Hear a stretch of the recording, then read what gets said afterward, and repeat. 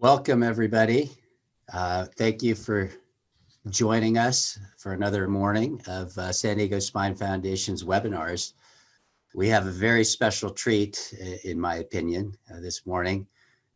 This quarterly webinar is going to include the leading experts in cervical spine disorders, Brian Kwon, Rick Sasso, and Michael Fehlings, all of whom have contributed immeasurably to our world of spine surgery and how we practice medicine. And they continue to do it. So we are extremely privileged to have them with us and appreciate the time and commitment they have towards education and disseminating their important work to all of us. So without further ado, as I know you all have days to get on to, I want to thank NuVasive for their support of this webinar. They make it possible to bring us all together. And until we can do it face-to-face, we'll enjoy this option. As you have questions through the process of these lectures, please post them in the chat room. We will have a panel to ask questions as well. So there'll be a little bit of a dialogue, and we will relate your questions to the panelists and of course the speakers. So appreciate you all joining us. And without further ado, I'll introduce Dr. Kwon, who will start us off. So just a little brief introduction. Brian and I have known each other a long time now. He is a research superstar in the world of spine, and specifically in cervical and spinal cord trauma. So he came to us from Canada to train at Rothman Institute, but before that received his PhD in spinal cord injury.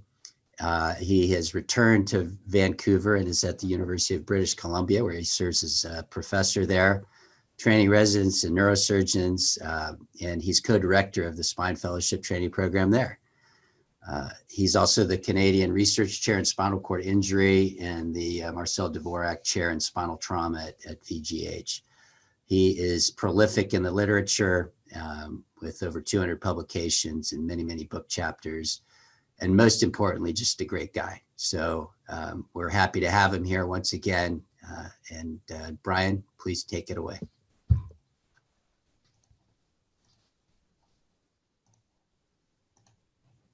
Okay, terrific. Is that, I'm going to assume that's showing up okay on your screen there? We can see it. Perfect.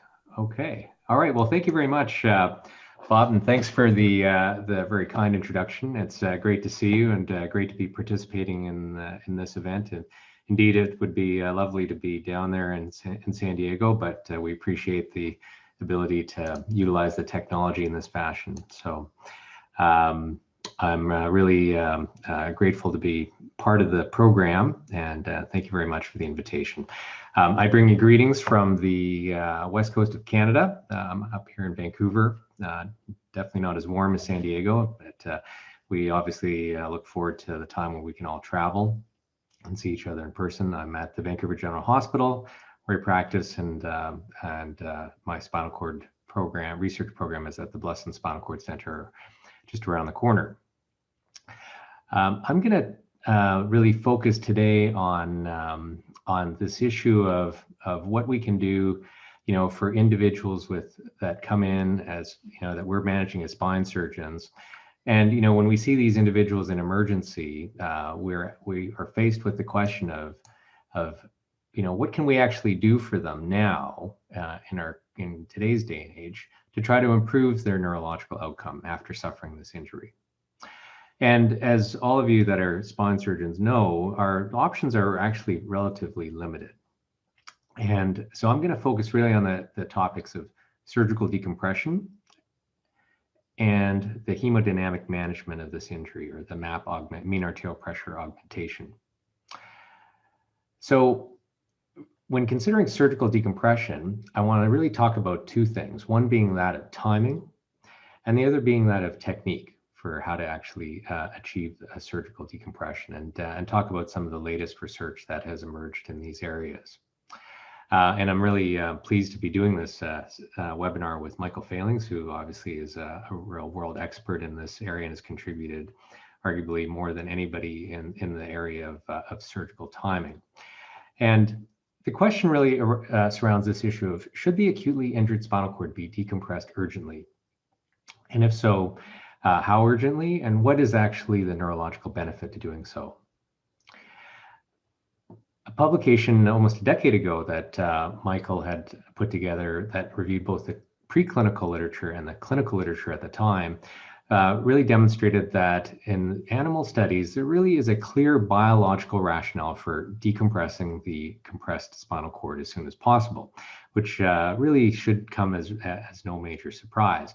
And this was finally reflected in arguably the landmark STASCA study, which was a prospective observational study in which early surgery was considered to be that performed within 24 hours of injury. And what the STASCA study showed, and this is really the money data from the STASCA study, was that in individuals that had surgical decompression early, i.e. within 24 hours, they experienced a significantly higher chance of a 2 or 3 grade improvement in their AIS score.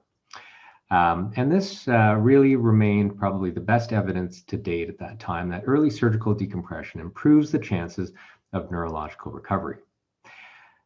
Now, this was captured in the subsequent recommendations that Michael led for the clinical practice guidelines for acute traumatic spinal cord injury. In this, the recommendation was that we suggested that early surgery be offered as a treatment option for individuals with a spinal cord injury, regardless of the level of injury. And in following the grade process, whereby this was not just a review of the strength of the literature, but also tried to balance and weigh the desirable versus undesirable consequences, we felt here that early surgery probably outweighed the desirable effects of early surgery, probably outweighed that of the undesirable effects, and therefore suggested this as a treatment option. We recognized, obviously, though that the quality of the evidence is low, given that we really aren't able to probably ethically randomize individuals to a late decompression, and therefore the strength of that recommendation was weak. But if we were to look at this this whole spectrum of spinal cord injuries, one of the real significant knowledge gaps remains around what to do about the individuals with the spondylotic stenotic spine with no mechanical instability, no fracture, but with this central cord pattern of incomplete cervical spinal cord injury. Again, Michael published this paper almost a decade ago in which they surveyed the international spinal community around how to manage such an individual with a hyperextension injury, no fracture, but a central cord pattern of neurological injury. And the question was posed, when would you ideally operate on this individual? And if you feel that this is controversial, you're certainly not alone. And this reflected that there was really wide variation in surgeon preference around the management of this injury in terms of when surgeons would ideally like to operate on this type of case. Now, arguably the best empirical data that looked at whether or not urgent surgical decompression benefited individuals with this type of injury was published about almost a decade ago. And it revealed that individuals with this pattern of injury, central cord pattern of injury without fracture, probably enjoyed a 6-point improvement in their motor score with early surgery, and a 7-point improvement or almost 8-point improvement in their functional independence measure. And this, to some extent, still stands as arguably one of the best studies to really look at this in a subset of patients. And it also was reflected in the guidelines that were published in 2017, when we suggested that early surgery be offered as a treatment option also for individuals with traumatic central cord patterns of injury. Again, in weighing the desirable versus the potentially undesirable consequences, we felt that the potentially desirable consequences of early surgery outweighed those of the undesirable, and we therefore suggested recommending this as a potential treatment option.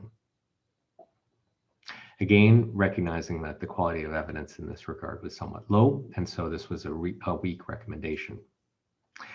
Now, I think that this remains one of the great knowledge gaps for us in the spinal cord injury community. And probably those of you that are on the webinar that treat these injuries have a wide spectrum of opinions about the management of this type of injury. And I would posit that while the evidence may not be strong, and we would accept that, I think that there are a few things that are worth considering. The first is this concept, and I hear this a lot, and in fact, this was largely a big part of my training, a number of years ago in the management of these injuries. That, you know what, I don't decompress these central cord injuries because they all do fine. And I want to just put it out to you there that this perception is false. If you really study the outcome of individuals with traumatic central cord patterns of injury, it indeed is true that many of them will enjoy significant motor score improvement. It's true that many of them will actually ambulate. But what's often missed is the fact that they will experience significant spasticity, and this can significantly affect their quality of life and their functional independence. Furthermore, if you actually study the types of adverse events that they experience as the consequence of their cervical spinal cord injury, a high proportion of them will suffer neuropathic pain, spasticity, and bowel and bladder and sexual function problems. In fact, 4 out of 5 patients will suffer at least 2 or more of these problems, which really reveals the fact that these patients really don't all do great. And the issue really is that a large percentage of them will end up with significant functional impairments that are simply not captured with our typical INSCI exam and our motor score assessments. So I want you to consider that when you consider the need for urgently decompressing these patients. Now, finally, if you can acknowledge that they don't all do well, then who do you think amongst all of these patients has the best chance of actually benefiting from an urgent surgical decompression? Is it the individual with the high energy fracture dislocation where the cord has suffered massive trauma? Or would it be the patient with a low energy injury where there may not even be a fracture, but the cord remains tightly compressed within the spondylotic spine? And I would argue to you that it in fact may be the latter that has the most chance of benefiting from an urgent surgical decompression. And to some extent, I think that this challenges all of us that maybe in the past in our surgical training, we're told, well, you know what, just let the cord cool down. These patients all do fine. I think to some extent we need to try to unlearn that and recognize that, not all central cord patients do well, and that they may actually have the most potential to benefit from an urgent surgical decompression. Now, what's the latest then on the timing of surgical decompression? I've talked to you about STASCUS and some of the guidelines that we put together. I want to highlight this paper that was just published a couple months ago by Michael Fehlings and his group, which represented, this was a pooled analysis that was just published in the Lancet Neurology on a number of high quality studies that have been done in our literature. This represents the pooled analysis of over 1,500 patients that were enrolled in these studies from the early 1990s to 2017.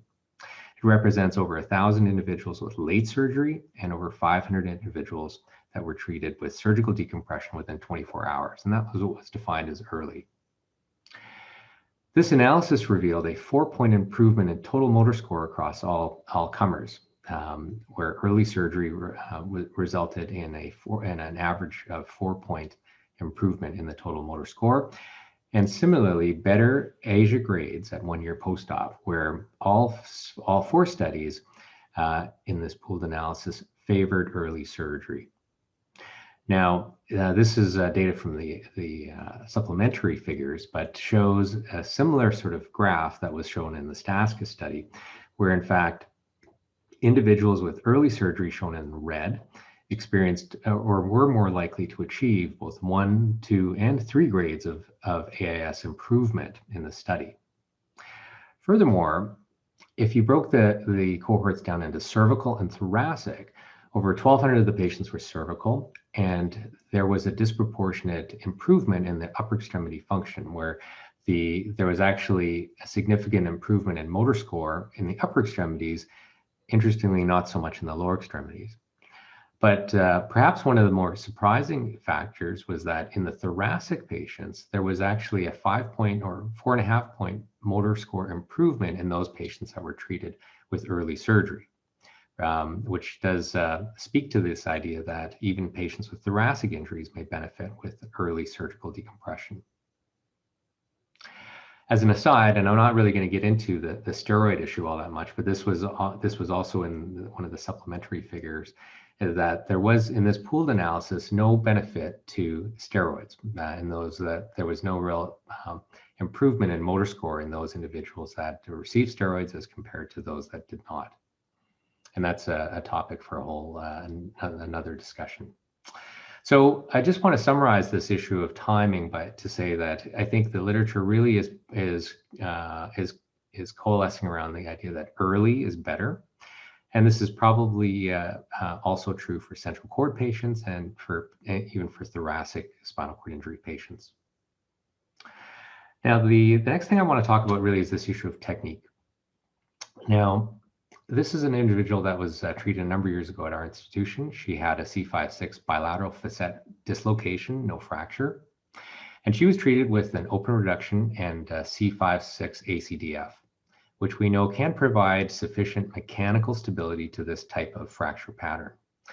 5 days later, she underwent a repeat MRI after having some loss of her biceps function, and her MRI looked like this. So she's had her C5-6 ACDF, her spine has been reduced, her dislocation has been reduced, and her spine has been realigned. But the question when looking at this MRI is this cord actually decompressed? Really pioneering work that has come out of Marios Papadopoulos's program in London has really tried to look at what is happening to the spinal cord in this type of situation. And what Marios is doing is, in a situation like this, he is putting a pressure sensor into the subdural space, right at the interface between the swollen cord and the dura. And what it has shown is that there can be significant pressure exerted by the dura when the cord swells to fill the thecal sac. Now, this brings me to the work of a close colleague, Bijan Arabi, who's done some fantastic studies on this issue by systematically doing postoperative MRIs on patients with cervical spinal cord injuries.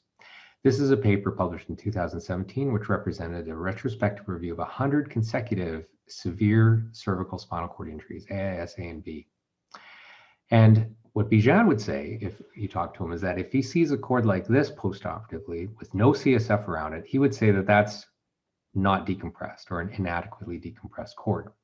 Whereas a situation like this, where you can see CSF all around the spinal cord, he would say that that's a decompressed cord. In this analysis, what he discovered was that when you looked at individuals with a complete decompression, i.e. had CSF all around their spinal cord, and those that did not, the conversion of AIS was significantly higher in those patients that had a complete decompression. And in fact, those that did not have an adequate decompression had an 80% chance of not actually improving. So how do you then achieve such a complete decompression? Well, that was the subject of a subsequent follow-up study that Bijan wrote, in which he followed 184 patients with AIS and A and B injuries pre and post decompression. And what he found was that anterior surgery alone achieves this kind of complete decompression in about 50% of the cases. A laminectomy improves the chances of getting that decompression with CSF around the cord. And the longer the laminectomy, the more likely to achieve this kind of decompression, this complete decompression. He also looked at the fact that even in a few cases, 7 out of the 184 patients where they had the degree of swelling such that even after doing a long decompression, the spinal cord filled the thecal space or the thecal sac. And these patients would potentially have benefited from actually doing a duroplasty. So laminectomy can achieve a decompression in the majority of cases, but even in a very small percentage, in his case, 7 out of the 184, it did not. So I think the message here really is that consider achieving from a technical standpoint, a complete decompression with CSF around the cord, and the technique for actually achieving that, which is probably most reliably done through a long posterior laminectomy and fusion construct. And I think for myself, when I consider kind of what has evolved in my own practice over the last 10 to 15 years, I've probably become a lot more aggressive for the central cord injury patients and taking them very early to the operating room. And while I've been always a very strong proponent of anterior surgery, anterior fixation for trauma, I think in the spinal cord injury patients, I've certainly done a lot more posterior or backing up anterior constructs with a long posterior construct with a multi-level laminectomy to try to achieve that really wide decompression posteriorly. Okay, so that's what I'm going to really, that's how I'm going to leave the topic of surgical decompression. And the next thing I want to talk about in the last part of this is map augmentation. So there are guidelines around the hemodynamic management of acute cervical spinal cord injuries. And the most recent guidelines, which were published quite some time ago in 2013, suggest that we maintain the mean arterial pressure, or the MAP, between 85 and 90 millimeters of mercury for the first 7 days following an acute spinal cord injury. That is the current recommendation. And we in Vancouver do try to adhere to this. Now, what has been published since then? I want to highlight this study that came out of the UCSF group in 2015, in which they did a very interesting analysis that stemmed from their ability to postoperatively and automatically monitor and record mean arterial blood pressures in their ICU. So they took all the patients that were in their ICU and they were treated with MAP augmentation to keep their mean above 85 millimeters of mercury for 5 days. They looked at their discharge status, and they looked at Q1 minute automated recordings of their mean arterial pressure. So this resulted in over 1 million MAP recordings during this period of time. And they correlated that then with their discharge neurological status. And what they found was that the average MAP was higher in those patients that improved their ASIA grade. And I want to show you this data. These are the individuals that had no improvement, 1 grade of improvement, and 2 grades of improvement. And what I think is really striking about this graph is the fact that the difference between those individuals with 2 grades of improvement and no improvement was really very small, only 3 millimeters of mercury. And for 1 grade improvement was only 1 millimeter of mercury, suggesting that what I think many of us recognize is that the cord is exquisitely sensitive to changes in blood pressure. So even small changes can actually make a difference. Furthermore, they showed that those who did not improve had more of their MAP recordings that fell below 85, or i.e. were hypotensive more often. And that's shown in this graph, where those that did not improve had more episodes and more frequency of their mean arterial pressure measurements that were below 85. That was followed by their subsequent analysis, where they looked at the percentage of times that patients' mean arterial pressures dropped below 85. And clearly for both the complete injuries and the incomplete injuries, those patients that do not improve have much higher frequencies where their mean arterial pressures drop below this target level. So I think the summary from this is that the likelihood of neurological recovery is related to the avoidance of hypotension, particularly in the first few days after injury, and probably to some extent also the augmentation of their mean arterial pressure. Now, the question that obviously arises from this is, what exactly is the right target to try to get their mean arterial pressure to? And in this case, when you look back at the guidelines and the literature that has been accrued to date to actually formulate these guidelines, we would recognize that a lot of that literature is really quite weak.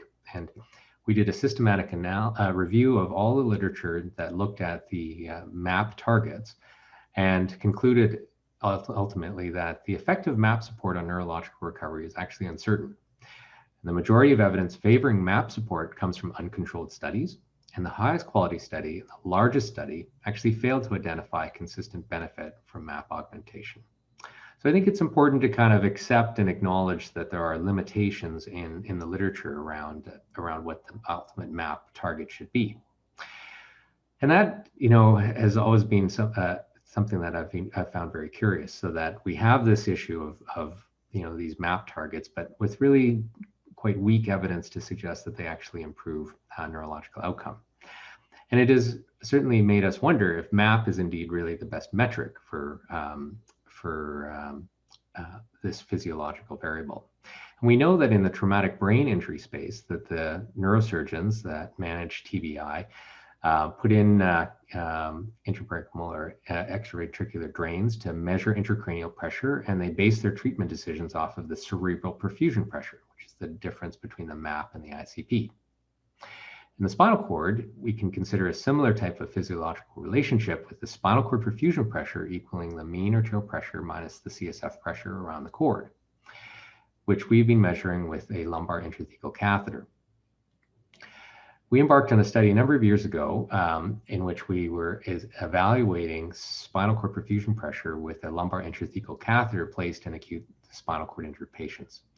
And we found that those that did not improve neurologically had more episodes of their spinal cord perfusion pressure below 50 millimeters of mercury. And interestingly, this was not true for the mean arterial pressure. So this relationship was really true for spinal cord perfusion pressure. And furthermore, if you considered an exposure to spinal cord perfusion pressure as this event and did almost a survival type analysis, we saw that those individuals that were subjected to low spinal cord perfusion pressures, particularly within the first day after injury, suffered a significant drop in the likelihood that they would actually improve. So when we published this, we found that we really put out this idea that episodes of low spinal cord perfusion pressure were associated with a poor prognosis, and that in fact the SCPP was more predictive of outcome than the MAP was for their neurological recovery. A subsequent follow-up study revealed that a spinal cord perfusion pressure of about 65 millimeters of mercury was associated with the highest likelihood of neurological recovery in that cohort.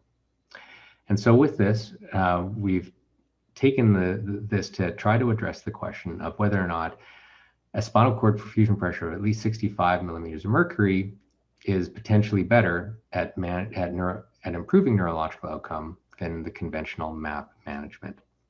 And in this case, we're going to try to actively manage spinal cord perfusion pressure with the drainage of CSF.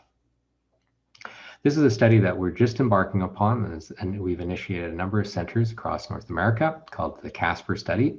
And hopefully maybe the next time I'm invited back to San Diego for this, for the foundation, we'll have some data on this study that we're just embarking upon. Now, I think one of the other things that has sort of arrived from our studies on the hemodynamic management, we've questioned whether or not the MAP is really the best metric. We've also questioned whether or not even a generic MAP target or spinal cord perfusion target is even the right approach. And that's illustrated here. If we have, for example, a spinal cord that's injured, as we see here, and we have the mean arterial pressure, let's say we have a starting mean arterial pressure of 75. We have that patient tracking along, and at this point, we start some norepinephrine to increase the mean arterial pressure to get it up to 85. The problem is, in that moment when we've actually done that, we don't really know what's happening at the spinal cord injury site itself. We don't know if that's actually increasing the oxygenation within the cord, if it's decreasing the oxygenation, and whether there's really been no change. And that fundamentally is a problem for us, and that if we really can't measure what's happening in the cord, it's really hard to manage that. So in that regard, we've turned to a technology called NearInfrared Spectroscopy, in which near-infrared light is shone through the tissue in order to achieve a measure of oxygenation within the brain or within the tissue. And this is a technology that's commercially available and in clinical use, particularly for the monitoring of cerebral oximetry. So this is a Medtronic system, for example, that you place the pads on the forehead, shines near-infrared light through the forehead to obtain information non-invasively around what's happening in the brain. Our vision was to take a situation like this and see whether or not we could actually apply a similar type of approach where we could place a near-infrared probe on top of the spinal cord to shine near-infrared light through the cord and obtain physiological information about the oxygenation status of the spinal cord. We started actually exploring this a number of years ago in our pig model of spinal cord injury, where we looked at a near-infrared spectroscopy optode in the penumbra of a spinal cord injury site. And in one of the very first experiences that I had with this in the lab, we made the animal hypoxic at this stage here, and we could see that the deoxygenated hemoglobin rose and the oxygenated hemoglobin would fall, which is a standard type of response that one sees with a near-infrared spectroscopy probe. But the thing that I thought was really cool was that you could actually see the pulsations inside the spinal cord with this probe placed on the epidural space, just on top of the spinal cord. So this became kind of our pulse oximetry of the spinal cord study. And over the past few years, we've really tried to develop a non-invasive technique for applying such a probe on the spinal cord dura at the time of surgical decompression. Our idea then is, for example, if you were to do a decompression, you could apply such a probe. It would be externalized like a hemovac drain, and at the end of the monitoring period, you'd simply pull it out like you would a drain. This is what one of our more recent prototypes kind of looks like. It's got these soft sort of flaps that would help to kind of secure it down onto the spinal cord. And we would plan to secure it with DeSeal, which all of us are familiar with using within our spine surgery practices. So this is a technology that we've been developing in the lab, and we're excited to be moving forward with the clinical trial of testing this on acute spinal cord injury patients. That's been funded by the US DoD and is part of a DARPA initiative that we're embarking upon as well to incorporate this with epidural stimulation technology and neural stem cell technology. So I've really spent the last 20 minutes just kind of talking about these two components around that are really topical around to us. I think that the summary things I want to leave you with around map augmentation is that be vigilant about preventing hypotension, that augmenting map is probably beneficial, but the ideal map is not understood or known, that spinal cord perfusion pressure may be the more relevant physiological variable, and that tools to monitor the cord penumbra itself will help us guide how we deliver this hemodynamic management in the future. So, I think that there's a lot of things that we could have talked about in terms of spinal cord injury and research advances, but I really focused on these two issues that are topical to spine surgeons. And I think I really want to put this last bit into perspective that, why didn't we talk about some of the new and cool promising therapies that are emerging? Because there are things that are coming. Electrical stimulation is super promising. There's cellular transplantation that's looking promising. There are other neuroregenerative treatments that are emerging that look promising. But the reality is that all of these therapies stand a much better chance of succeeding if we can preserve as much of the injured spinal cord as possible with our early interventions. And so I think that it's really important for us as spine surgeons to consider that what we do in our early practice and management of these patients can influence downstream the application of some of these really promising technologies that are emerging. So with that, I want to thank you for your attention and thank you for tuning into this webinar. And Bob, I really want to thank you and your group for inviting me to participate. Thanks, Brian. Really fascinating. You always bring it together so well. Couple questions for you, if you don't mind. I think it's very interesting to note that that we may be transitioning to more extensive decompression than we might have otherwise historically thought was needed. Do you anticipate that we'll have a way to prognosticate, in some sense, who's going to need that based on native congenital narrowing or space available for the cord or the specific type of trauma, so that one can more wisely choose to go anterior versus posterior, and then more wisely go longer in the laminectomy versus more discrete when you're choosing your your method of decompression and reconstruction post-trauma? Well, I think, Bob, it's a terrific question, and I think that it's what this sort of data I think reflects is the fact that the cord injury itself is heterogeneous, and the morphometry of the spinal canal and the cord within it is also very heterogeneous. And when I look at when I see some cords where they are already within a very tight canal, congenitally narrow canal, versus some others where they have a very wide canal, I think that I'm going to be more likely. It's more likely that I'm going to get that complete decompression in those individuals with a wider canal.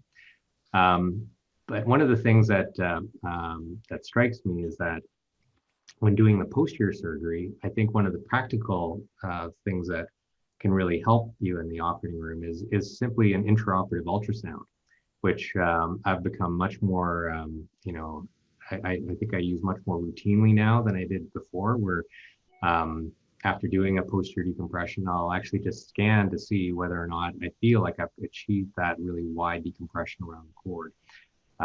And, when I reflect on having done that over the last few years, I think that it's really quite unusual to see a situation where after doing a wide laminectomy where I don't see that nice pulsating spinal cord within the fecal sac. Because the dura will often expand into that laminectomy space, as we see with our myelopathy decompressions, and that provides that space around the spinal cord. So I think that combining some assessment of the morphometry of the cord from the preoperative MRI and also an intraoperative assessment using ultrasound can be super helpful. One other thing that came to mind as you presented that case, and I don't think it's a routine practice, but I could envision it might be based on some of that data, would be a more routine utilization of post-op MRIs, because we don't necessarily know how extensive the edema or swelling may be cephalocaudally. Mm-hmm. What do you think about that sort of becoming a standard protocol in spinal cord injury patients, where post-op MRIs are done at 24, 48 hours or at some critical time point to make sure that the extent of the decompression is adequate relative to the swelling that occurs subsequently? Yeah, well, I think that's a great suggestion, and we've certainly become more amenable to doing that postoperatively to assess, because a lot of the swelling will actually occur within in that 24 to 36 to 48 to 72 hour period. And we did a study where we did 5 serial MRIs on cervical SCI patients, pre-op, post-op, 48 hours, 72 hours, 1 week, 2 weeks, and we could track that the hemorrhage and the swelling can really increase over that first 48 to 72 hours. And that part is harder to calculate and harder to predict, intraoperatively. So I think that it is, I think we learn a lot by doing that postoperative MRI to confirm whether or not we've achieved that. I think particularly if you choose to do an anterior alone approach. And as somebody that, has been a real proponent of anterior surgery, I've been fascinated to do postoperative MRIs on my vertebrectomy cases, for example. And as Bijan's study would show, like, you can certainly get a complete decompression with an anterior construct alone. But I think that probably does depend a bit on the general kind of morphometry of the spinal cord, the native physiological morphometry of the spinal cord, where some patients will simply have a wide canal and others will not. So. Do you have any thoughts about that, Michael, about the reactive nature we typically have with the post-op MRI when neurologic deterioration occurs versus being more proactive and maybe getting routine MRIs? I know it's a resource utilization issue, but it seems like that may be in the cards. Yeah, well, I really enjoyed your talk, Brian, and I thought some of the work that you're doing with the pressure sensors sounds really exciting. So looking forward to learning more about that. Well, in the STASCA study, we were quite proactive about getting MRIs up front, but in our center, we were routinely getting the MRIs post-op. And that actually changed my practice. So I actually routinely, for the bilateral facet dislocations, do them front back, and because of that issue. So one was just the concern sometimes around the mechanical stability of an anterior long construct, but the other issue was because with the bilateral facet dislocations, those are really bad actors with Asia A injuries, and they're prone to getting a lot of cord swelling. So we would proactively do the front back in terms of the post decompression. So I think that, increasingly, there's been some discussions in the past, do you need an MRI? Don't you need an MRI? I think there's very little question now, to be honest with you, that if you can get an MRI, it's going to add value. And we really need to alter the discussion around the logistics, and how can we really look at the logistics. And in addition, working with radiology to really get the sequences that we need so that patients aren't spending 45 minutes in the MR suite, that we really are able to get more rapid imaging. So I would say that I'm a big advocate, when you can, to get a pre-op MRI. It will help you. And then secondly, I do think that getting a post-operative MRI is of value. It can be quite humbling, to see sometimes what the post-op MRI might look like.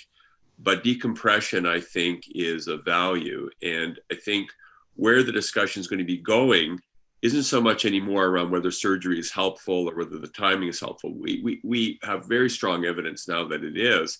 Now the issue is, okay, what's the best technique? And then how do we actually validate the technique? And I think this is where, intraoperative imaging, like Brian was referring to, it can be really a helpful tool, but then also kind of having some of the postoperative imaging to validate what it is that we've achieved intraoperatively. Great, thank you. We have one question we can run through briefly before we get on to Dr. Sasso.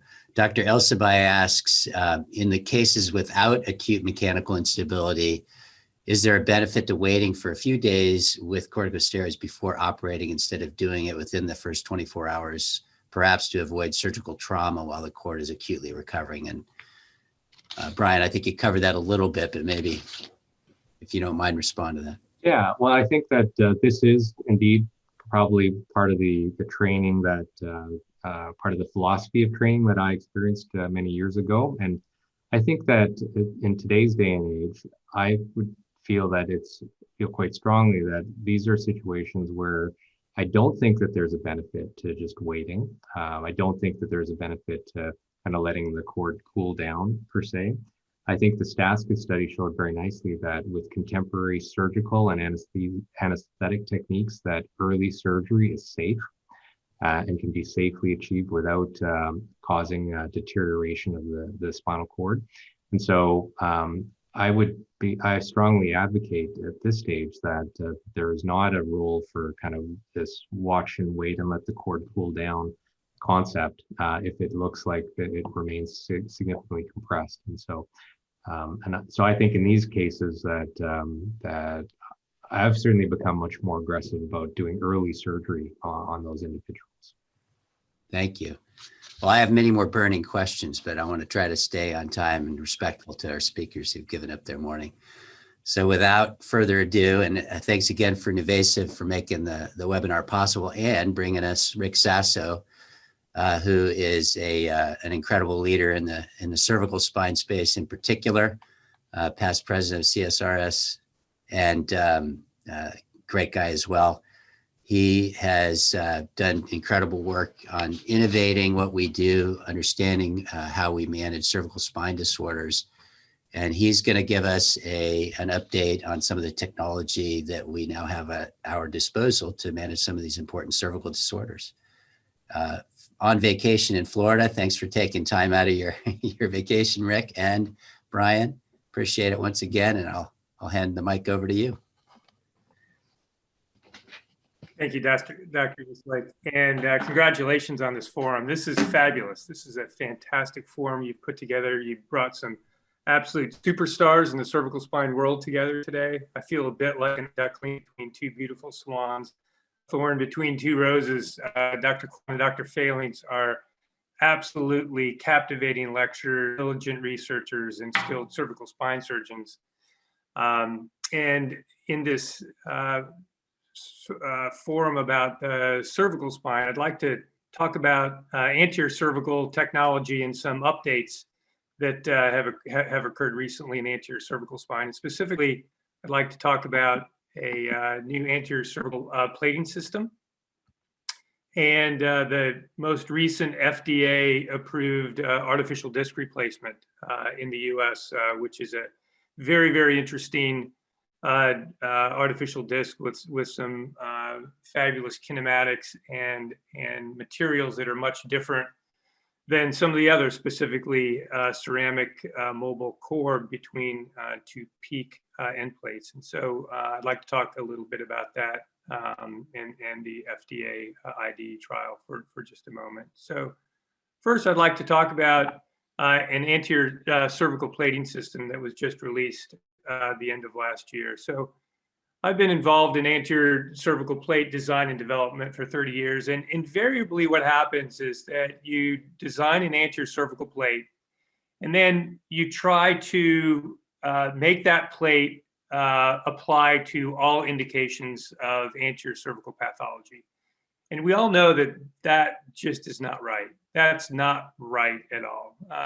Certainly, an anterior cervical plate for a one-level inner body indication has to be different than an anterior cervical fixation system for a multi-level long construct for myelopathy and kyphosis, where you want to not only hold that segment stable, but maybe even increase the lordosis across that segment by pulling the intervening anterior cervical bodies towards that plate. That plate has to be stiff, rather than as many times when you try to do that, actually the plate flattens out. And so really, we need an anterior cervical plating system that is different for all those indications. And that's what this system is. And it's been fun working with super smart guys to help design this. But the thinnest plate on the market, 1.6 millimeter plate for 1 and 2 level inner body indications. We know that dysphagia is probably the most common complication of anterior cervical operations. Certainly, it's multifactorial. There are many reasons for it. Patient characteristics, certainly surgical techniques, the length of time the retractors are in place. But we know that plate profile also is a significant factor in regards to dysphagia. And so having a very, very thin and also very smooth plate, this 1.6 millimeter plate is the thinnest on the market. And it also allows hyperangulation of the screws through the plate. That's super important in order to be able to keep our plate very, very short compared to the adjacent level discs, to decrease the incidence of adjacent level ossification of the disc, ALOD. We know that the closer the plate is to that adjacent disc space, the more likely it is to have this ossification occur. And so what we want to do is have the plate very, very short. That will allow to keep the plate away from the adjacent disc. But to do that, we have to be able to hyperangulate the screws to the plate. And actually, for a thin plate, technologically, that's hard to do. But we've been able to do that with this plate. Being able to hyperangulate the screws through a very, very thin plate, 1.6 millimeter plate. 1.9 millimeter plate is sort of the workhorse plate, allows fixed and variable angle screws through it. And the beefy plate that allows, a very, very stiff plate that allows for correction of these deformities. I know Dr. Fehlings likes these multi-level long constructs and be able to do this as standalone anterior approach, and that's what this plate allows. And so this system, I think, affords all of that. I'd like to take a couple minutes and talk about the most recent FDA approved artificial disc in the US, and that's the Simplified disc. Super interesting in regards to its materials, a peak on ceramic plate, which allows an incredibly small footprint, imaging footprint. And as we all know, one of the biggest problems is getting MRI scans after these artificial discs have been placed. This has an incredibly small footprint, as you see here. You can't even hardly see the disc on this, and the canal looks really, really good. I was the largest enroller on this FDA IDE trial, and we got routine MRI scans on all these patients. So I've seen a lot of MRI scans on these patients, my patients, and you can see the canal really, really well. And so this prevents us having to get CT scans and CT myelograms after all this. And so also you see here it has a domed cephalad component that perfectly matches the inferior end plate of cephalad vertebra. Super easy to put in. It's got really, really good results, and I've been super happy with it. So thank you again. Thank you. Congratulations, Dr. Eastlack, on putting together this fabulous webinar, and thank you for inviting me to be part of it. I appreciate it. Thanks for joining us, Rick, and for that update. I look forward to trying those out for sure. I agree with you. One of the challenges we face with some of these disc arthroplasties is the artifact and inability to visualize post-operatively, particularly with persistent or recurrent symptoms. So that'll be a nice advent. So we are going to move on to our next great speaker. Michael Fehlings probably comes without any introduction needed. He may be one of the most prolific spine researchers on the planet, and certainly one of the most referenced. He has changed the state of art in cervical spine surgery, spinal cord injury, and myelopathy as long as I can remember, and continues to do so. I would use all of his 30 minutes up listing his awards and accomplishments, but I'll just suffice it to say his CV is probably longer than all of ours put together. So he's an incredibly prolific writer and has contributed extensively, as I've said. So he will now provide a pre-recorded talk and be available for us for questions afterwards. And we look forward to his great talk, as I'm sure we'll see here in a moment. Thank you for joining us, Michael. Hello, I'm Michael Fehlings, Professor of Neurosurgery at the University of Toronto. I'm really pleased to take part in this symposium sponsored by the San Diego Spine Foundation. And I'll be speaking to you today about some exciting developments that have occurred in degenerative cervical myelopathy. I'll be reviewing the state of the art and providing a perspective on future directions. I'd like to acknowledge and thank Dr. Robert Eastlack as well for this kind invitation and for organizing today's symposium. I have no commercial disclosures of relevance. I'm supported by a number of granting agencies, and I will be talking about a clinical trial that I've led, the CSM Protect trial. It was published in Lancet Neurology. And in addition, I was the senior author on the recent AO Spine CSRS guidelines on degenerative cervical myelopathy.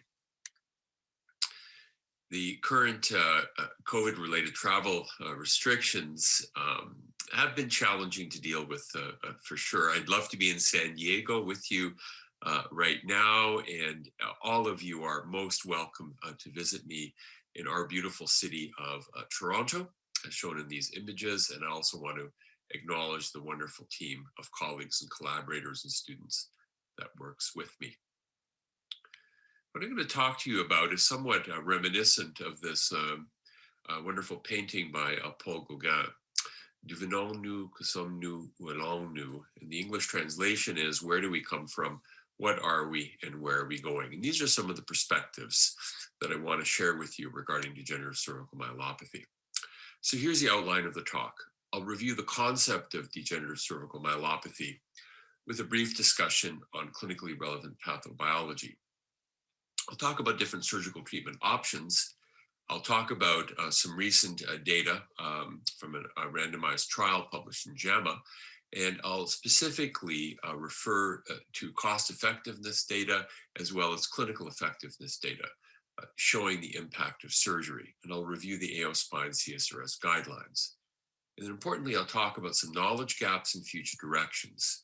One of the critical knowledge gaps I'll address relates to the optimization of management of mild DCM, and I'll specifically refer to microstructural MRI as an exciting imaging biomarker that could have an impact in choosing the correct patients with mild cervical myelopathy that require treatment. In addition, despite the effectiveness of surgery, it's clear that many patients harbor residual neurological deficits. And so methods to optimize neurological outcomes, for example, with neuroprotective or neurobiologic therapies, is of significant interest. And I'll be talking about the recent results of the CSM Protect study, in which we looked at the repurposing of a sodium glutamate antagonist, riluzole. There are three learning objectives for this talk. So one is to define the concept of degenerative cervical myelopathy.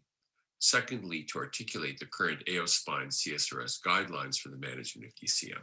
And thirdly, to list the key knowledge gaps in our understanding of DCM. In these recent articles in Spine and in Nature Reviews Neurology, we reviewed this new overarching concept of degenerative cervical myelopathy. And we introduced this concept to try to uniquely define and bring together the various benign, non-neoplastic, non-traumatic pathologies that result in, if you will, a slow motion spinal cord injury. And these include cervical spondylosis, which results in CSM, OPLL, and other conditions, including ossification of ligamentum flavum and various hereditary conditions. The pathobiology of DCM involves three critical factors. There are static factors arising from compression of the cord, and this causes neural degeneration and ischemia. There are dynamic factors related to the alignment of the spinal column, kyphosis, subluxation, deformity, and in addition, there can be dynamic compression and axial tension on the neural elements. And there are biomolecular factors within the spinal cord itself, critically involving inflammation, ischemia, and excitotoxic injury. We classify myelopathy based on the MGOA scale, and I would encourage all practitioners to use the MGOA scale in their clinic. In mild myelopathy, moderate myelopathy, and severe myelopathy are defined as on this slide. And there are four critical domains of the MGOA, looking at upper extremity, lower extremity motor function, sensory dysfunction, and sphincter dysfunction.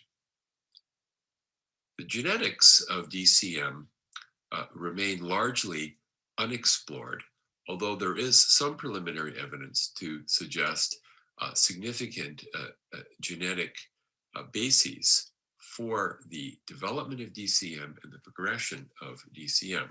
So for example, we recognize that there are various congenital conditions, including Klippel-Feil syndrome, that will predispose people to development of DCM. We recognize that there's familial clustering of spondylosis among patients. And we also recognize that there are strong genetic linkages with OPLL. And there are a variety of genetic risk factors, including mutations in TGF-beta1, various phosphatase genes, and so on.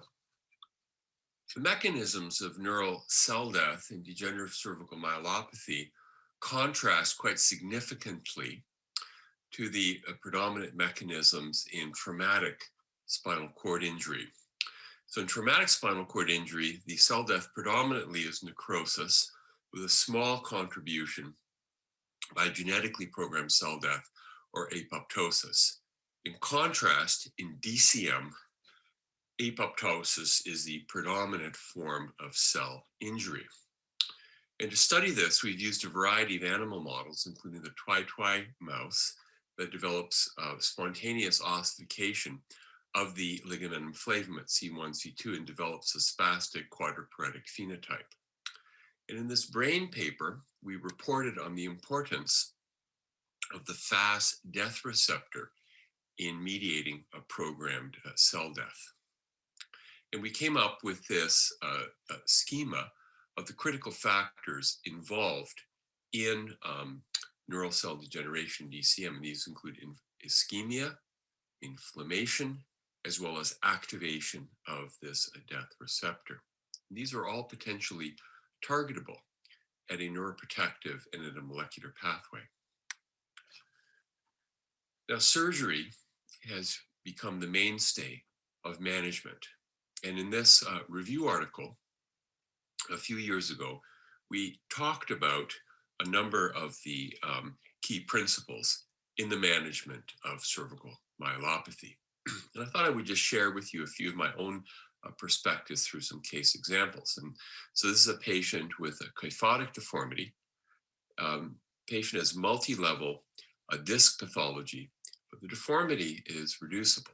And for this, I like to use a multi-level anterior cervical discectomy and fusion. And this patient had an excellent outcome with this intervention. And this can be combined with a hybrid procedure where corpectomy is combined with an ACDF. And again, I like this where there's pathology in the mid-third of the vertebral body that you can't reach through an ACDF. And the hybrid procedure in most situations can avoid the need for a second stage posterior construct. And of course, there are excellent posterior techniques, including laminectomy and fusion, as well as laminoplasty. And occasionally, a combined anterior-posterior approach is required, as in this patient who had a fixed kyphosis, requiring multi-level anterior decompression through multi-level corpectomies. And here, I did a posterior decompression and a posterior tension band fixation. Now, to try to address some of this controversy, our team, in collaboration with Zoe Gogawala, who was the PI on this study, recently reported this randomized trial in JAMA. And this sought to specifically examine patients in which there was equipoise between an anterior approach and a posterior approach, as shown by this patient. And all of these cases were vetted through a spine expert review panel to ensure that there was equipoise between anterior and posterior approaches.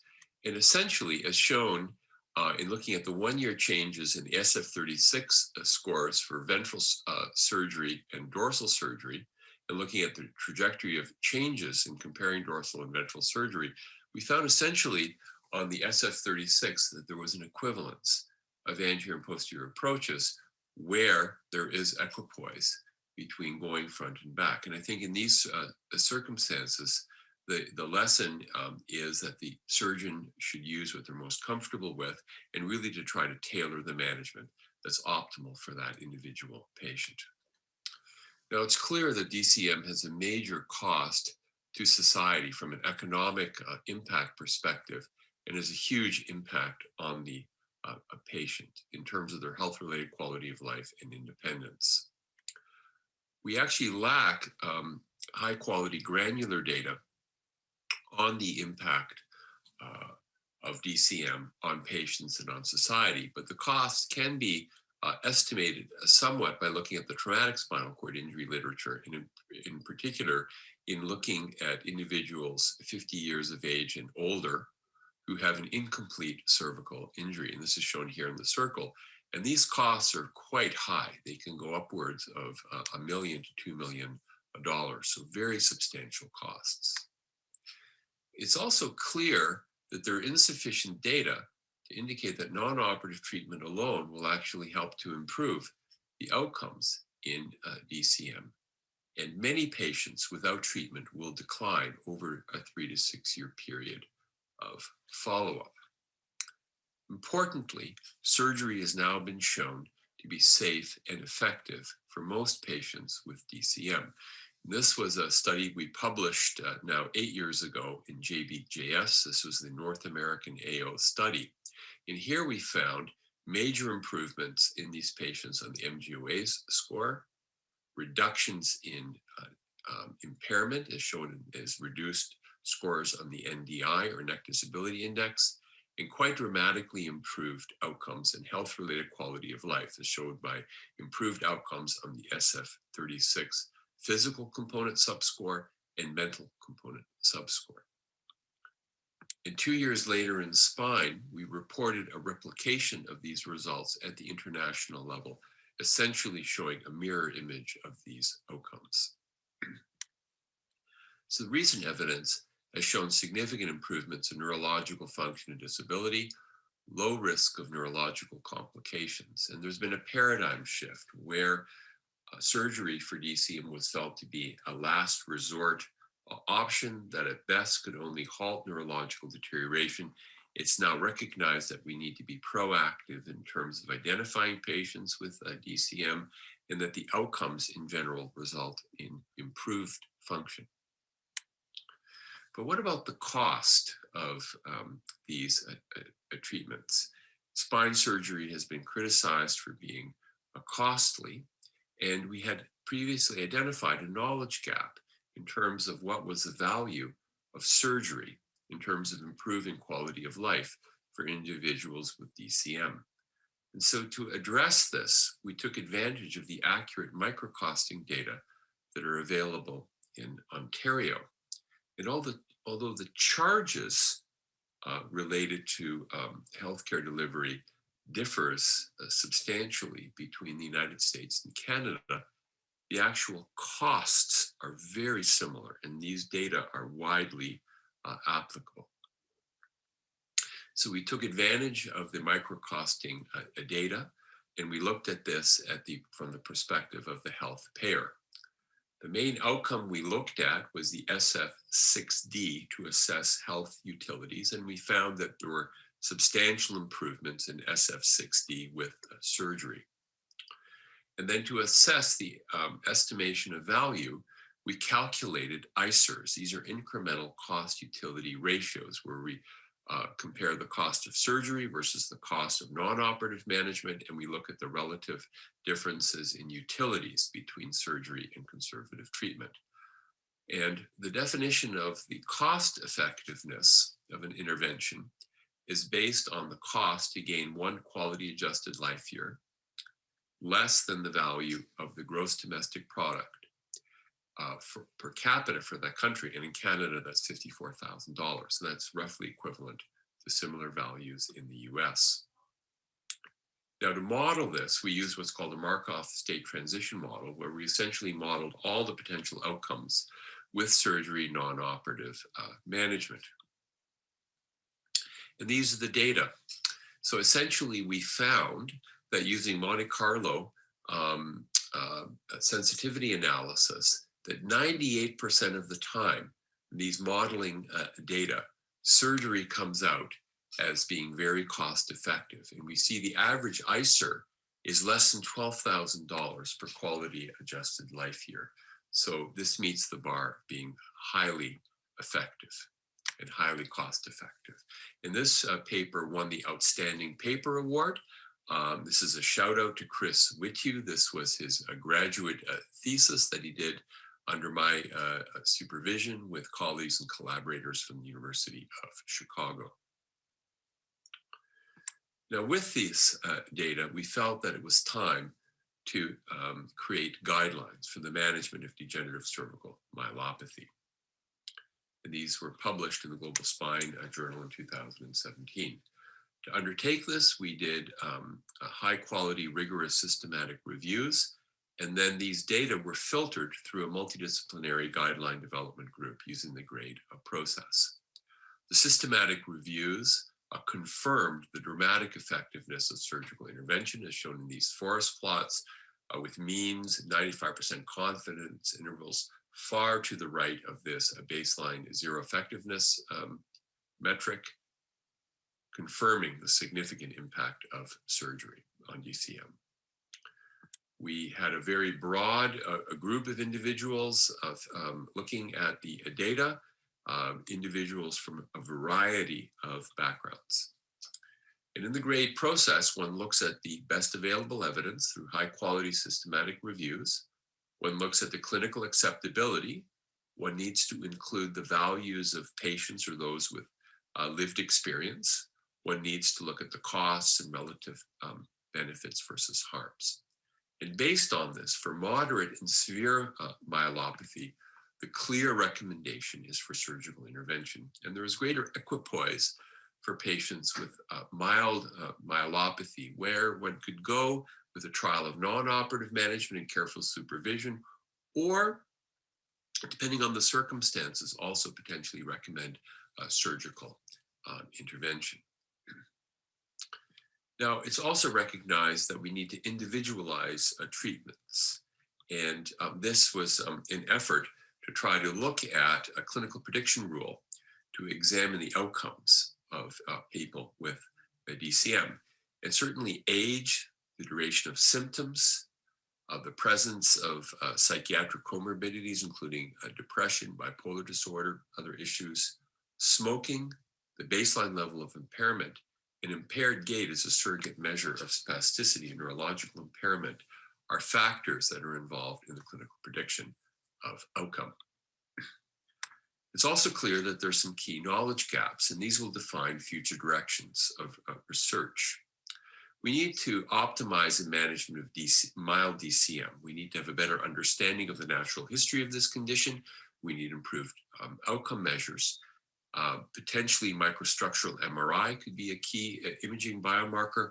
And we also can potentially take advantage of advances in molecular diagnostic tools, including genetics, to develop a personalized medicine approach. And we also need to optimize neurological outcomes. And here, there's an opportunity to translate basic science discoveries from the laboratory in the clinic. And I'll talk to you about the first such effort to do this. And this was our CSM Protect study. I think that microstructural MRI, in particular, the use of T2 star weighted imaging, has potentially a very significant role in the assessment of our patients.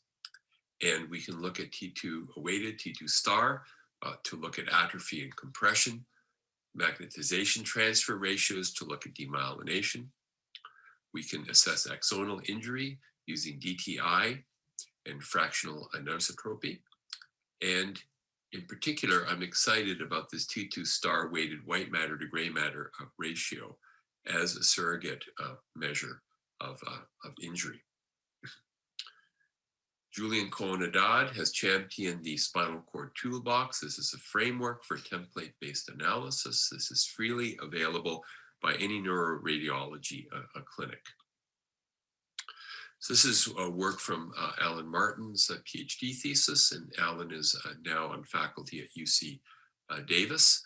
And Alan found that the T2 star weighted white matter to gray matter signal intensity ratio, which reflects demyelination, gliosis, and other changes, was highly predictive of baseline level of impairment and was also predictive of patients with mild myelopathy who would go on to deterioration.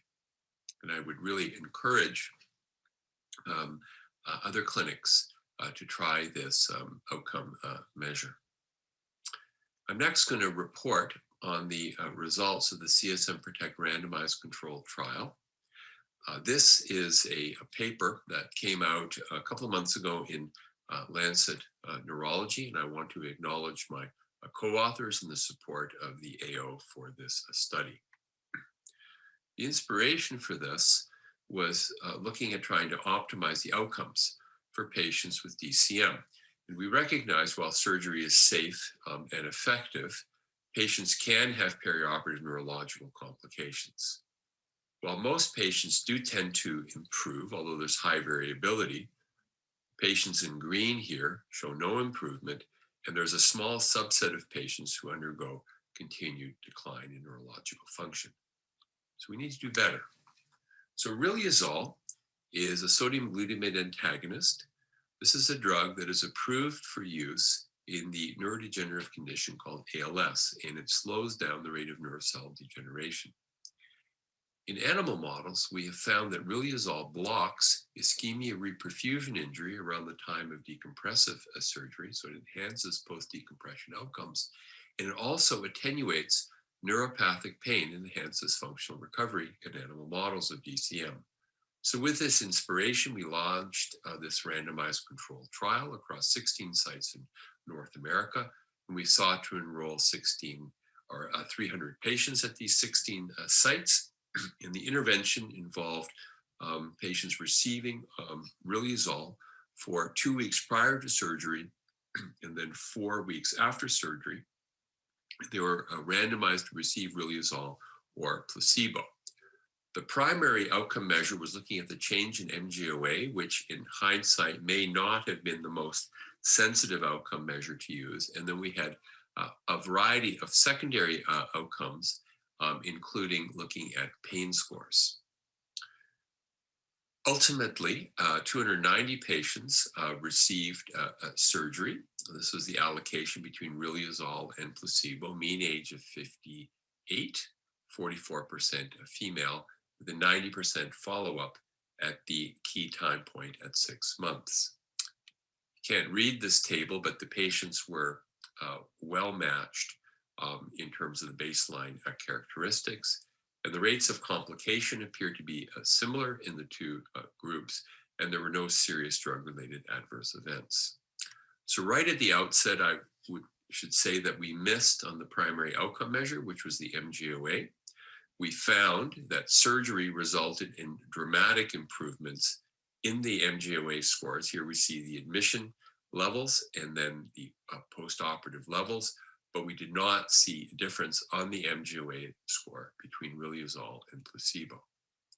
But encouragingly, we did find positive outcomes in a number of the secondary outcome measures. And this shows the data for the visual analog scores for neck and arm pain, where we saw significant improvements with riluzole.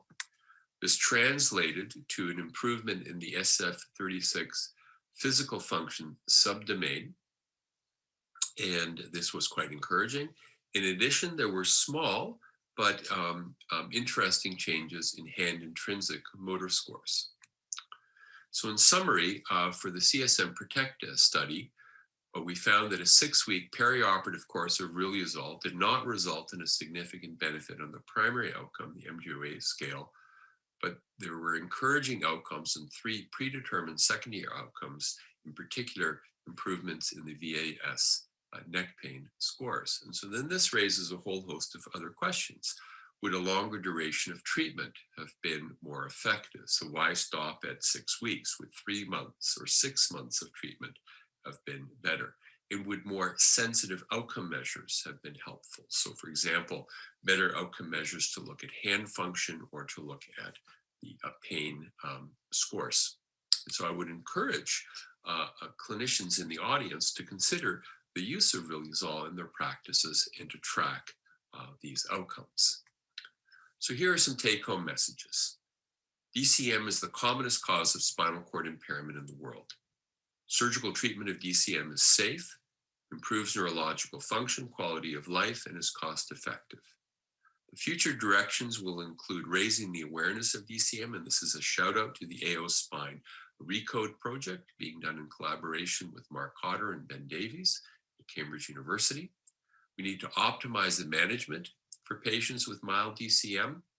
There's the opportunity to develop imaging, serological, and genetic biomarkers, and there's a tremendous opportunity to translate the wealth of basic science knowledge related to neuroprotective and neuroregenerative strategies for the management of DCM.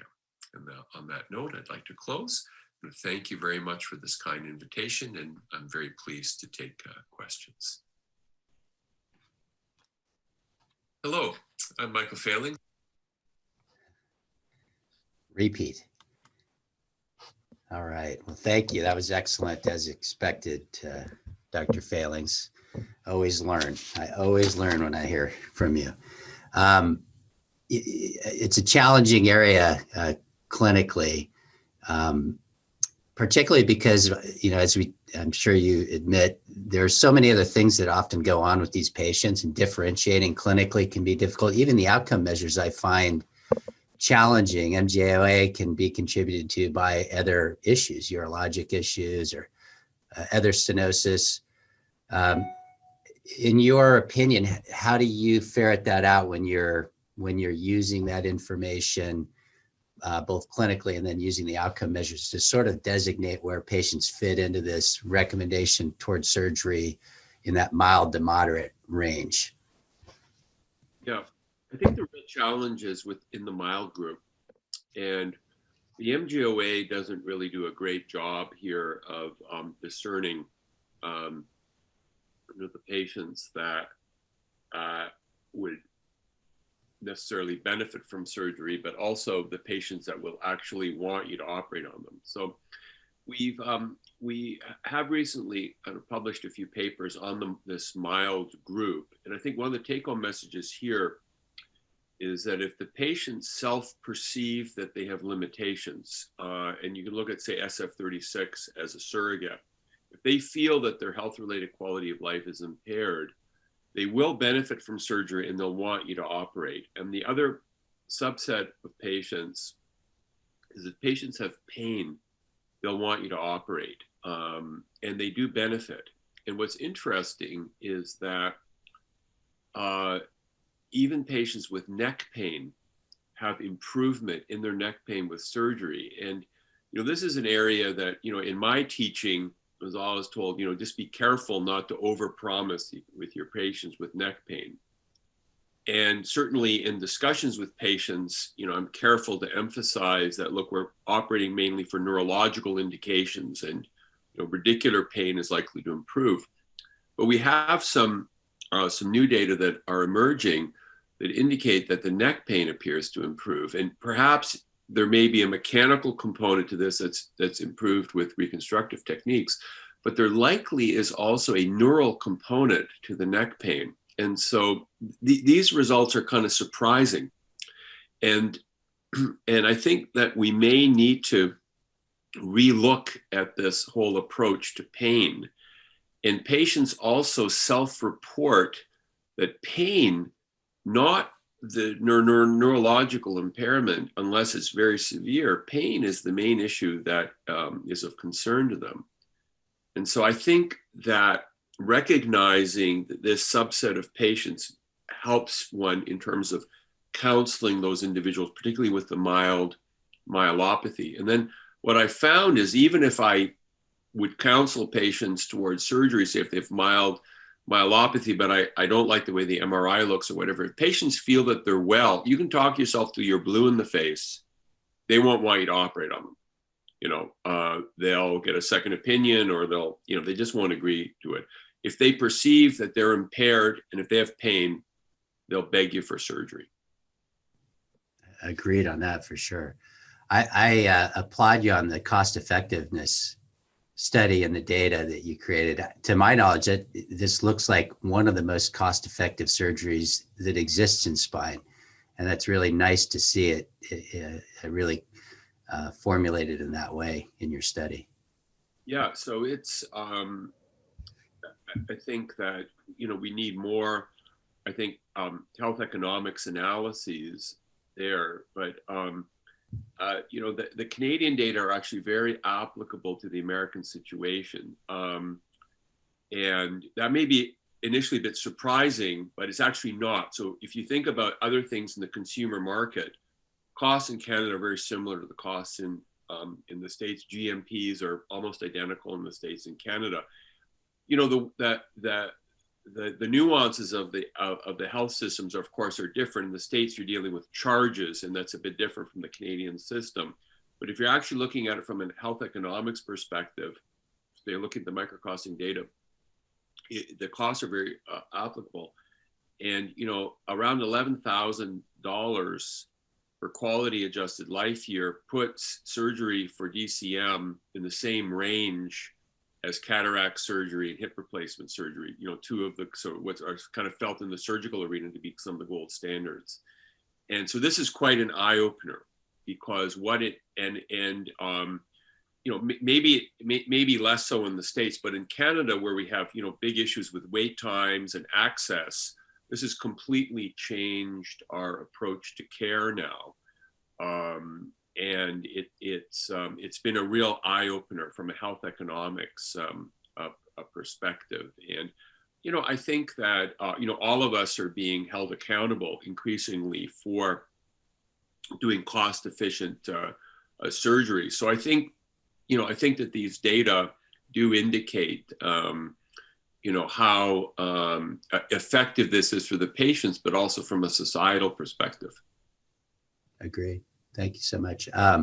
We have a question from Dr. Hole, who's not too far away from you, or closer to you anyway than us in Minnesota. And he is inquiring about riluzole and its availability to the average clinician. Is that something that is on most formularies? How available is it for our use out in the community versus in the research setting? It's easy. The drug isn't very expensive. It's about $10 a day. And it's available in most countries in generic formulations as well.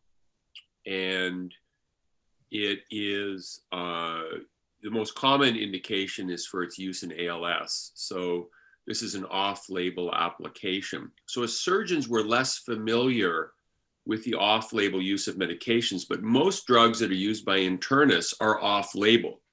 Aspirin, for example, is an off-label use. It's not FDA approved for the treatment of stroke or other situations where it's commonly used. And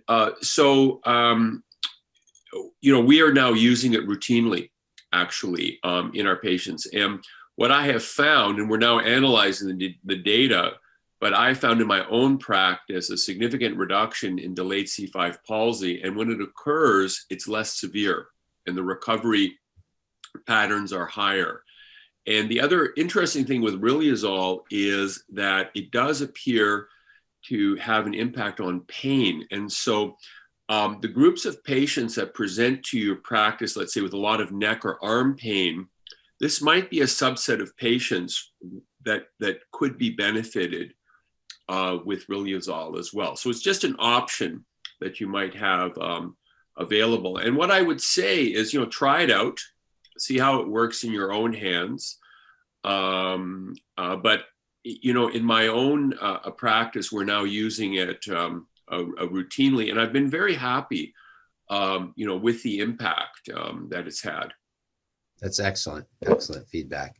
I imagine you just changed the practice patterns of most of the attendees in that regard. One other question I have that probably is germane to both of you, Brian included, goes back to the whole MAP consideration. And there's crossover, obviously, in how we manage MAP in both spinal cord injury and myelopathy. I find it interesting to sort of figure out how long we really need to monitor that, having patients that deteriorate 4 or 5 days later, have hypotensive episodes that impact them. And Brian mentioned a 7-day potential. So from both of you, what's your sense of two things? One, how much does the preoperative MAP matter in designing where you want to target postoperatively? And then what's the sweet spot postoperatively in terms of how long we need to be strictly monitoring MAP? And maybe an answer for myelopathy and spinal cord injury is different, because that's a big resource issue. Keeping patients in the ICU for 7 days, which is the only place that many centers can monitor MAP effectively and respond to it, is a very big difference in practice than I think most people are attuned to. Be interested in Brian's comments, then maybe I'll add my own perspective. Sure. Well, I think that the 7-day duration is I don't think there's really, I think that's basically pulled out of the traumatic brain injury literature, and there's really been nothing to initially substantiate that in the spinal cord injury field. In some of our animal studies, we've certainly seen ischemic changes within the spinal cord extending far beyond 7 days. So it's not like it's 7 days, something kind of physiologically ends in the traumatic spinal cord injury. But I think the major issue is really one of utilization, cost utilization, what's realistic, and where's probably the biggest bang for your buck. And I think the data would suggest that probably the biggest bang for your buck is in those first early 2 to 3 to 4 days, particularly in that first 24 hours where there's a real opportunity for patients to become hypotensive. And we found this when we studied our patients at VGH. We're a level 1 trauma center. We have a lot of experience in managing acute traumatic spinal cord injuries. And we found that patients were sitting in emergency, like hypotensive, for many hours before they ended up going to the operating room. And the classic thing, they're in the emerge, they're in the trauma bay, the spine service has seen them, they've booked their surgery, they've had their MRI, they're comfortable, and then they're sitting in the trauma bay for the next 3 hours with a MAP of 55. And I think that therein probably lies a real opportunity for us to get those patients resuscitated, and particularly once they're in a controlled environment like the ICU or in the OR, it's much easier to mitigate that and to avoid these episodes of hypotension. Yeah. How long you want to really keep them in there is indeed an issue that is problematic for us as well. Because you're right, 7 days, it's hard to keep a patient like that in the ICU for 7 days. We do it, but it's not without a lot of pushing. Yeah, so I think Brian's kind of hit on the main point. So look, overall, I think there's a recognition that the avoidance of hypotension is critical, and maintenance of spinal cord perfusion is important. So for the cervical myelopathy cases, it's really critical to have a protocol established with anesthesia and to maintain mean arterial pressures. In my own practice, like, I don't maintain MAP parameters post-operatively in the myelopathy patients. I let them ride it out. I think the period of risk is during the surgery, particularly when you're doing the decompression. And then for spinal cord injury, as Brian pointed out, if you look critically, we're basing our practice on fairly low level evidence. It makes sense from a biologic perspective, but does 7 days make sense? And everybody, is it cost effective? There are complications from this, and I think this is kind of going to require some ongoing work. And I think this is kind of one of the critical knowledge gaps that we're going to need to address. Until we address the knowledge gaps, I think we're kind of stuck with that level of of evidence. But I envision probably in the next 5 years or so, we'll probably have some better level of evidence to guide care.